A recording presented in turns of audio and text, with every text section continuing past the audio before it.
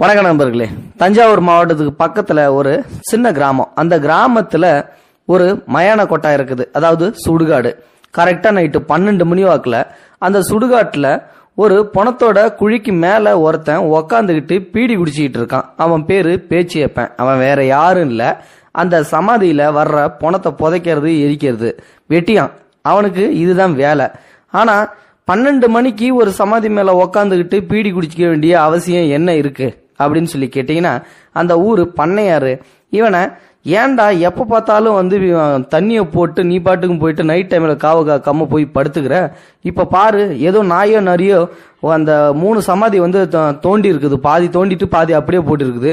அப்படி இருக்கும்போது நீ காவலை ஒழுங்கா பார்க்க மாட்டியா? ஒழுங்கு மரியாதையே காவலை ஒழுங்கா காத்துக்கிட்டு, இல்லாட்டி உனக்கு பதில் வேற யாரையாவது போட்டுருவேன் அப்படின்னு சொல்லும்போது, இல்லையா நான் இனிமேல்ட்ட ஒழுங்கா கவனிக்கிறேன் அப்படின்றாங்க. அப்படின்னா நீ உன்னை பண்ணு, நைட் டைம்ல நீ முழிச்சுக்கிட்டு இந்த சமாதியை எல்லாத்தையும் சுடுகாட்டிலேயே கண்ட்ரோலா பார்த்துக்கிட்டு, பகல் டைம்ல என்னோட ஒரு 2-3 ஆட்களை நான் போடுறேன், இதுக்கப்புறமாவது ஊர் ஒழுங்கா இருக்கட்டும் அப்படின்னு சொல்லிட்டு அந்த சுடுகாட்டுல உள்ளவன்ட்ட வெட்டியாங்கிட்ட திட்டிட்டு அந்த பண்ணையார் சொல்லியிருக்காரு. அதனாலதான் நைட்டு ஃபுல்லா அவன் கண் முழிச்சிருக்கான். இப்போ ஒரு சமாதி மேல உக்காந்துட்டு அவன் பீடி அடிச்சுக்கிட்டு இருக்கான். நைட்டு 12 மணி வாக்குல நல்லா இருட்டுன சத்தம், குறுன்னு சத்தம் கேக்குது. அப்படியே டக்கு டக்கு அப்படின்னு சொல்லிட்டு ஒரு சத்தம் அந்த சமாதி மேல இருந்து வருது. என்னடா அப்படின்னு சொல்லிட்டு பார்த்தனா, அது அப்படியே ஏஞ்சி அவன் கிட்ட நெருங்குது. அவன் கிட்ட நெருங்கின உடனே அவன் அப்படியே தடவி கொடுக்குறான். அது என்ன பாத்தீங்கன்னா, கருவா அப்படின்ற அந்த நாயோட பேரு. அவனுடைய காவலாளி போல. இந்த காவலாளி நாய்கிட்ட என்ன சொல்றான் அப்படின்னா, இதுக்கப்புறம் என்னால தூங்காம இருக்க முடியாது, பண்ணையார் சொன்னதுக்காக நான் 12 மணி வரையும் முழிச்சிருக்கேன். இதுக்கப்புறம் கருவா நீ தான் இந்த மயான கொட்டையை பார்க்கணும், நான் போயிட்டு தண்ணியை போட்டு படுத்துக்கிறேன் அப்படின்னு சொல்லிட்டு பேச்சியப்ப என்ன பண்றான், போய் சரக்க போடுறதுக்காக பாட்டில தேடி தேடி தொலாவி பாக்குறேன். அப்போ பாட்டிலே கிடைக்கல, எல்லா பாட்டிலையும் குடிச்சே தீத்துட்டான் போல. அப்புறம் என்ன பண்றேன், எல்லா பாட்டில இருக்கிற அந்த ரவ சரக்கையும் ஒன்னா சேர்த்து ஒரு கிளாஸ்ல குடிக்கலாம் அப்படின்னு சொல்லிட்டு கொஞ்சம் கொஞ்சமா ஊத்திட்டு இருக்கேன். அப்போ ஒரு சத்தம் புஸ்ஸு புஸ்ஸுங்குது. என்னடாதுன்னு சொல்லிட்டு திரும்பி பாக்குறேன். அப்படியே கருப்பா வளைஞ்சு நெளிஞ்சுக்கிட்டு குடிசையோட ஒரு ஓட்டையில இருந்து உள்ளார எட்டி பாக்குது. கருணாகம் தான். இது வேற சனியா இப்பப்போ தொல்லை பண்ணிட்டே இருக்குதுன்னு சொல்லிட்டு அசால்ட்டா ஒரு கம்பு எடுத்து அந்த பாம்பை அப்படியே தூக்கி கொண்டு போயிட்டு வெளியில போட்டுடுறேன். போட்டுட்டு என்ன பண்றேன், மறுபடியும் சரக்க ஊத்த ஆரம்பிக்கிறான். அப்போ இந்த கருவா காவலாளி நாய் என்ன பண்ணுது, ஊன்னு ஊழ விடுது. ஐயையோ, இந்த காவலாளி நாய் வேற திடீர்னு ஊழ விடுது, என்ன இலவோன்னு தெரியலையே அப்படின்னு சொல்லிட்டு சரி விட்டுட்டு கிடக்கட்டும், நம்ம சரக்க குடிச்சிட்டு அப்புறம் போய் பார்ப்போம் அப்படின்னு சொல்லிட்டு ஊத்திட்டு இருக்கேன். இப்போ அந்த நாய் என்ன பண்ணுதுன்னா, திடுப்புன்னு குடிசைக்கு முன்னாடி ஒல்லுன்னு குலைக்க ஆரம்பிச்சுது. ஏய் கருவா, உனக்கு வேற வேலையே இல்லையா, இந்த நேரத்துல என்ன குலைச்சிக்கிட்டு இருக்க அப்படின்னு சொல்லிட்டு வெளியில எட்டி பாக்குறேன். அப்போ அவனை திடுப்புன்னு ஒரு இடத்துக்கு நாய் கூட்டிட்டு போகுது. வேற எங்க இல்ல, சமாதி தான். அதுவும் ஒரு சமாதிக்கு முன்னாடி கூட்டிட்டு போய் காமிச்சா அந்த சமாதியில பாதி தோண்டி இருக்குது. அப்பதான் இவனுக்கு சந்தேகம், என்னடா அது, நம்ம இங்க இருக்கோம், கருவாவை காவலுக்கு விட்டுட்டு போயும் இந்த மாதிரி சமாதியை பாதி தோண்டி இருக்காங்களே, யாரா இருக்கும் அப்படின்னு சொல்லிட்டு இவனுக்கு ஒரே சந்தேகம்.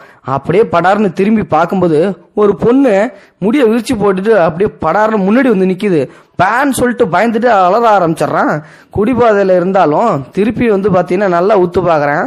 2 நாளைக்கு முன்னாடி 2 பொண்ணுங்க பாத்தீங்கன்னா, அதாவது சின்ன பிள்ளைங்க குடிசையில வெந்து எரிஞ்சு போச்சு தவறுதலா தீ விபத்துல. அந்த பொண்ணுங்களை அந்த சமாதியில் தான் புதைச்சிருப்பான் போல. அந்த பொண்ணுங்களோட அம்மாவுக்கு அந்த பொண்ணுங்க கண்ணு முன்னாடியே எரிஞ்சு செத்ததை பார்த்த உடனே பைத்தியம் பிடிச்சிருக்குது. ஆனாலும் பாதி பைத்தியம் தான். மீதி பாத்தீங்கன்னா அந்த பொண்ணுங்களை புதைச்ச இடம் அந்த அம்மாவுக்கு தெரியும் போல. அதனால அந்த அம்மா தான் அந்த பணத்தை தோண்டி இருக்குது. அதனாலதான் பாத்தீங்கன்னா இந்த இடத்த ஏன் தோணுன அப்படின்னு சொல்லிட்டு அந்த அம்மாவை பிடிச்சி திட்டுறேன். ஏ பைத்தியம், நீ தேவையில்லாம இந்த இடத்த தோண்டி என்னைய பண்ணையார்கிட்ட திட்டு வாங்க வைக்க பாக்குறியா, முதல்ல இந்த இடத்த விட்டு கிளம்புன்றான். நீ தானே என்னோட பொண்ணுங்களை இந்த இடத்துல புதைச்ச அப்படின்னு. ஆமா, நான் தான் உன்னை புதைச்சேன், நான் தான் உன்னை அன்னைக்கு வீட்டுல கொண்டு போய் விட்டேன், மறுபடியும் இன்னைக்கு உன்னை கொண்டு போய் விடுறேன் வா அப்படின்னு சொல்லிட்டு அந்த பொண்ணை கொண்டு போயிட்டு வீட்டுல விட்டுறான். திருப்பி வரும்போது ஒயின் ஷாப் வழியா வரேன். ஒயின் ஷாப் ஓப்பன்ல இருந்தா போய் கட்டிங் போடலாமே அப்படின்னு சொல்லிட்டு கதவை போய் தட்டுறேன். அவனுங்க தூக்கத்தை இறங்கிட்டாங்க போல. இந்த இளவெடுத்தனுங்க வேற இந்த நேரத்துல சாத்தி வச்சுட்டானுங்க. கடையை திறந்து வச்சானுன்னா காசை வாரி அல்லலாம்ல இவனுங்க வேற அப்படின்னு சொல்லிட்டு அவனுங்களை திட்டிட்டு திருப்பி நம்ம ஆளு என்ன பண்றேன் அப்படின்னா, இங்கே வரான். சுடுகாட்டுக்கு வந்த உடனே பார்க்குறேன், அங்கே ஒரு 3 குழி அரை இதில் தோண்டி கிடக்குது. இவன் வர்றதை பார்த்த உடனே வந்து பார்த்தீங்கன்னா அந்த தோண்டின ஆட்கள் எல்லாமே ஓடி போயிட்டாங்க போல. அந்த பக்கத்தில் அந்த கருவா நாயும் ரத்த வெள்ளத்தில் செத்து கிடக்குது. உடனே இவனுக்கு அதிர்ச்சி ஆகி போச்சு. எவனால இருக்கும், ஒருவேளை பேய் நடமாட்டமா இருக்குமா இல்லை ஆட்கள் நடமாட்டமா இருக்குமா அப்படின்னு சொல்லிட்டு இவனுக்கு ஒரே சந்தேகம். பேயா இருந்ததுன்னா நம்ம இத்தனை காலத்துக்கு அந்த சுடுகாட்டில் வந்து வாழ முடியாது. ஸோ இது வேற ஏதோ சங்கதி அப்படின்னு சொல்லிட்டு இவன் திருன்னு முழிக்கிறான். மறுநாள் அந்த பண்ணையார் வந்து பார்க்கறதுக்குள்ள நம்ம எப்படியாவது இந்த குழியை மூடணும்னு சொல்லிட்டு அவசரமா அந்த குழியை மூடுறதுக்கு அப்புறம் நேராக போய் அந்த குடிசையில் இருக்கிற அந்த சொச்சம் சரக்கு எல்லாத்தையும் எல்லா பாட்டில் இருக்கிற அராவத்திலேயே ஒரு கிளாஸில் ஊற்றிட்டு மறுபடியும் வந்து தண்ணியை போட்டு படுத்திடுறான். அடுத்த நாள் வந்து பார்க்குறேன், நாய் செத்து கிடக்கிறத பார்த்த உடனே பண்ணையார் திட்டுறாரு. என்னடா பண்ண, நாய் செத்து கிடக்குது, ஏன்டா இப்படி பண்றாங்க போது, நான் ஒன்றும் பண்ணலையா, எவனோ வந்து குழியை தோண்டிருக்கான், இல்லாட்டி பேய்க்கு ஏதாவது தோணுச்சா தெரியல, என் நாயையும் கொண்டு போயிட்டானுங்க அப்படி இப்படின்னு சொல்லிட்டு வந்து புலம்புறான், பேச்சு வைப்பேன். உடனே முதல்ல பண்ணையாருக்கு வந்து கோவம் வந்துடுது. ஏண்டா உன்னை வந்து ஒழுங்கா ஒரு வேலையை பார்க்க சொன்னேன், நீ ஒழுங்காவே பார்க்க மாட்டேன்ற, இதுக்கப்புறம் வந்து உன்னை இந்த வேலையில வைக்கணுமா என்னன்னு சொல்லிட்டு சந்தேகமாவே இருக்கே அப்படின்னு சொல்லிட்டு வந்து சொல்றேன்.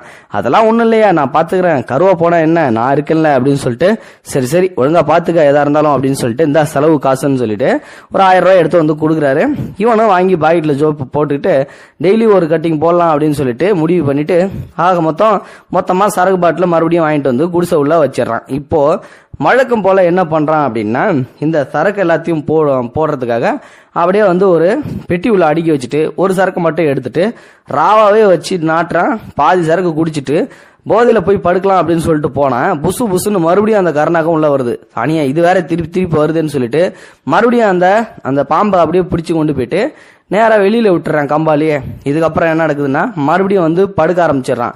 படுக்க ஆரம்பிச்ச உடனே கொஞ்ச நேரத்துல சக்கு அப்படின்னு சொல்லிட்டு வந்து சத்தம் கேட்குது. இவனுக்கு ஒண்ணுமே புரியல, என்னடா இது இப்பதான் படுத்தோம் அதுக்குள்ள சத்தமா அப்படின்னு சொல்லிட்டு குடிசையை விட்டு வெளியில வந்து பாக்குறேன். அங்க 3 பேரு தலையில துண்டை கட்டிக்கிட்டு முகத்தை மறைச்சிக்கிட்டு ஏதோ ஒரு புதக்குழி வந்து அந்த பணத்தோட குழியை வந்து தோண்டிக்கிட்டு இருக்கானுங்க. ஸோ இப்போ இதை பார்த்த உடனே எவன்டா அது குழியை தோன்றது அப்படின்னு சொல்லிட்டு வந்து சத்தம் போடுறான். அந்த சத்தத்தை கேட்ட உடனே வந்து எல்லாரும் பதறி அடிச்சுட்டு அங்கிருந்து ஓடுறானுங்க. ஓடுறதுக்கு அப்புறம் வந்து பாத்தீங்கன்னா இவன் ஒருத்தனை பிடிக்கலாம் அப்படின்னு சொல்லிட்டு வந்து போகும்போது அங்கிருந்து கால் தடுங்கி ஒரு குழியில போயிட்டு விழுந்துடுறான். குழியில போய் விழுந்ததுக்கு அப்புறம் வந்து பாத்தீங்கன்னா சரின்னு சொல்லிட்டு அவனுங்கெல்லாம் ஓடி போயிடுறானுங்க. இவன் மட்டும் அந்த தோண்டின குழியில போயிட்டு விழுந்துடுறான். சரின்னு சொல்லிட்டு காலு மட்டும் உள்ள போயிடுது. எப்படியோ முக்கி காலை எடுத்துடலாம் அப்படின்னு சொல்லிட்டு காலை பிடிச்சி இழுக்கிறான். அந்த காலை பிடிச்சி இழுக்கும் போது ஒரு பெரிய நெக்லஸ்னா பெரிய ஹாரம் ஒன்று வந்து அவன் காலில் இருந்து வருது. அந்த ஹாரத்தை பார்த்தோன்னே என்னடா அது பவுனு மாரி இருக்குன்னு சொல்லிட்டு வெளில எடுத்து பார்க்கறான், பவுனு. அதுக்கப்புறம் தான் இவனுக்கு ஓஹோ இதுல ஏதோ சங்கதி இருக்குன்னு சொல்லிட்டு அந்த அவனுங்க தோண்டி விட்டுட்டு போனாங்க பாத்தீங்களா, அந்த குழியை வந்து தோண்ட ஆரம்பிக்கிறான். அது நிறைய வந்து பாத்தீங்கன்னா ஒரு பெட்டி நிறைய வந்து தங்கம் இது எல்லாமே ஜுவல்ஸ் எல்லாமே அடுக்கி இருக்குது. என்னடா அது இவ்வளவு ஜுவல்ஸ் அடுக்கி இருக்குது, ஒருவேளை இதுக்காக தான் வந்து தோண்டானுங்களா, என்ன சங்கதி ஒண்ணுமே புரியலையே அப்படின்னு சொல்லிட்டு அடுத்த நாள் என்ன பண்றேன், அந்த தங்கத்துல 3 குழியிலே இருந்த அந்த எல்லா குழியும் வந்து தோன்றேன். அதுல உள்ள தங்கம் எல்லாத்தையும் சேர்த்தா 1 மூட்டை கணக்கு வந்து தங்கம் வருது. அதை எல்லாத்தையும் எடுத்து ஒரு வாரமா இவனோட குடிசையில ஒரு பகுதியில தோண்டி வைக்கிறான். இதுக்கப்புறம் தான் வந்து பாத்தீங்கன்னா பண்ணையார் வந்து என்ன பண்றான் அப்படின்னா அந்த குழி எல்லாத்தையும் தோண்டி வந்து மூடந்தா வந்து பாத்துறான்.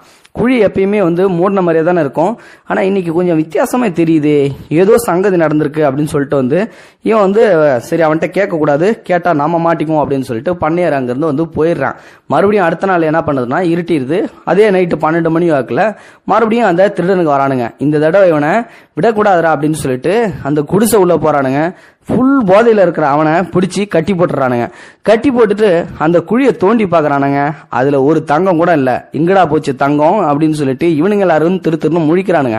அதுக்கப்புறமா வந்து பாத்தீங்கன்னா ஒருவேளை இவன் தான் நேற்றுக்கு எடுத்துருப்பானோ அப்படின்னு சொல்லிட்டு அவனை பிடிச்சி தண்ணி ஊத்தி நல்லா தெளிய வைக்கிறானுங்க. தெளிஞ்சதுக்கு அப்புறம் அவனை பிடிச்சி விசாரிக்கும் போது அவன் தான் அந்த தங்கத்தை எடுத்திருக்கான் அப்படின்ற விஷயம் தெரிய வருது. இதுக்கப்புறம் எப்படியோ அவன்கிட்ட இருந்து தங்கத்தை வாங்கணும்னு சொல்லிட்டு அடிச்சு உதச்சி தங்கத்தை வாங்கிடுறானுங்க. இதுக்கப்புறம் அவன் என்ன பண்ணிடுறான், அதுல பாதியை கொஞ்சம் வேற ஒரு இடத்துல ஒளிய வச்சிருக்கான் போல. இவனுங்களுக்கு கொஞ்சம் தான் கிடைச்சிருக்குது. அந்த தங்கம் நமக்கு கிடைச்சா போதும் அப்படின்னு சொல்ற மாதிரி இவன் வந்து 3 பேரும் எஸ்கேப் ஆக பாக்குறானுங்க.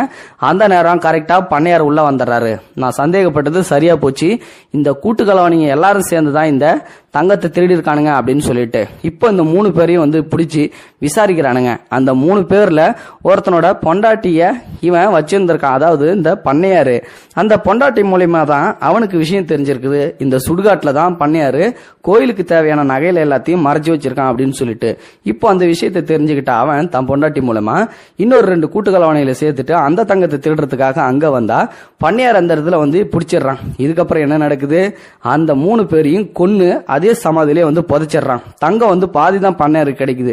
மீதி எங்கடா போச்சு அப்படின்னு சொல்லிட்டு தேடிட்டு இருக்கும்போது தான் நம்ம பேச்சியப்பனம் பிடிக்கிறான். ஏய் மரியாதையா நீ சொல்லிடு, நீ தான் தங்கத்தை தேடி இருக்க அப்படின்னு சொல்லிட்டு அவனை போய் விசாரிக்க போகும்போது அங்க கருணாக பாம்பு உள்ள இருக்குது. அப்போ என்ன நடக்குது அப்படின்னா பேச்சியப்பன் இந்த கருணாக பாம்பை கையாலே பிடிச்சிடறான். கையாலே பிடிக்கும் போது பேச்சியப்பனும் ஒரு போடு, அவங்காலி. அதுக்கப்புறம் பண்ணையார்கிட்ட போகுது, பண்ணையாரையும் ஒரு போடு, அவனும் காலி. ஆளுங்க எல்லாரும் தெரிச்சு ஓடுறானுங்க அங்கிருந்து, பாம்பு நம்மளையும் கடிச்சிருமோன்னு சொல்லிட்டு. இப்போ அந்த இடத்துல 2 பேரும் செத்து கிடக்கிறத அடுத்த நாள் காலைல ஊர் பொதுமக்கள் எல்லாரும் பார்த்துட்டு இங்க செத்து கிடக்குறாங்க, நகை இங்க கிடக்குது அப்படின்னு சொல்லிட்டு போலீஸுக்கு தகவல் கொடுக்குறாங்க. அங்க வந்தது போலீஸ் நகையும் பறிமுதல் செஞ்சுக்கிட்டு அதுக்கப்புறம் அந்த ஆட்களையும் வந்து போலீஸ் விசாரணைக்கு தூக்கிட்டு போயிடுறாங்க. ஸோ இது ஒரு அருமையான கதையா இருக்கும்னு நினைக்கிறேன். என்னைக்குமே பேராசை பெருநஷ்டம் அப்படின்றது எல்லாத்துக்கும் வந்து இந்த தீங்கு விளைவிக்கும் அப்படின்றது இந்த கதை மூலமா தெரிஞ்சிருக்கும். அந்த பேச்சு பண்ணு கிடைச்ச அந்த நகையை வச்சு அவன் வேற ஏதாவது வந்து பண்ணியிருந்திருக்கலாம். ஆனா அது திருட்டு நகை. கண்டிப்பா அது அந்த பண்ணையாருக்கும் சொத்து அந்த உரிமை கிடையாது. அது வந்து கிராம மக்கள் சார்பாக கோயிலில் போடப்பட்ட நகை. அந்த நகையை கோயிலுக்கு தான் வந்து சொந்தமானது. அதை எவன் திருடணும்னு நினைச்சாலும் எல்லாத்துக்குமே ஆபத்து தான் வரும். அதை தான் இந்த கதை மூலமா சொல்ல விரும்புது. இந்த வீடியோ பிடிச்சிருந்தா லைக் பண்ணுங்க, ஃப்ரெண்ட்ஸுக்கு ஷேர் பண்ணுங்க, கூடவே சேனலையும் சப்ஸ்கிரைப் பண்ணுங்க. தேங்க்யூ ஃபார் வாட்சிங். இது போன்ற செய்திகளை உடனுக்குடன் நீங்கள் தெரிந்து கொள்ள மறக்காமல் எங்களுடைய சேனலை சப்ஸ்கிரைப் செய்யவும், கூடவே பக்கத்தில் வரும் பெல் ஐக்கானையும் கிளிக் செய்யவும்.